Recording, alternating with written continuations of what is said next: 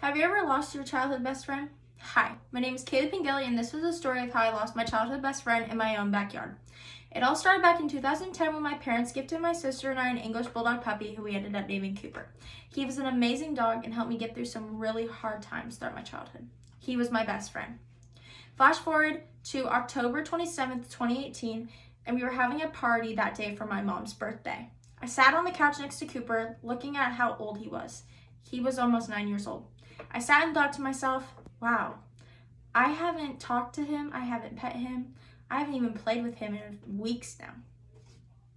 Hours go by and people start to show up, so I decided to put Cooper in the garage.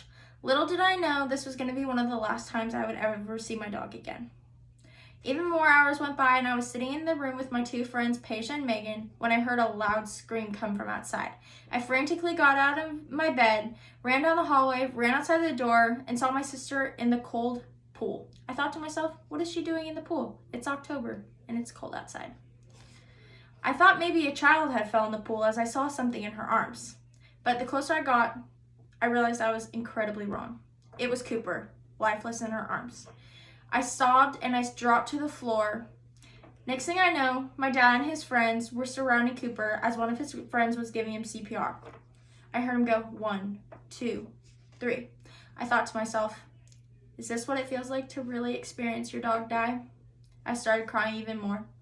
Minutes went by and I thought I heard a sigh of relief, so I ran up to the group thinking Cooper was okay. He was not. I instantly turned around and ran back inside to go be comforted by my mom, who was also sobbing. After about 10 minutes of sobbing in each other's arms, my dad came inside and told us to go say our goodbyes to him as he was not going to make it. I slowly and sadly walked outside to the backyard and to the side yard where he was wrapped up in his favorite blankets that he loved since he was a puppy. He looked pretty much lifeless. The sight of him made me sob even more. I dropped to the ground and started petting him, thanking him for all the childhood memories he gave me. All those memories went flashing through my eyes, and I started hugging him and sobbing even more. I laid with him until he took his last breath. My best friend was gone. In that moment, I realized my passion for dogs. I realized they weren't just a pet to me, but they were also family. That next day, no matter how hard it was to think of animals, I went and decided to sign up to volunteer at an animal shelter. Then a week later, I decided to donate to charity for animals. I hope the overall message that you get from this story is that dogs and cats are just not pets. They are also family. And this is also a reminder to never neglect or abuse any animals.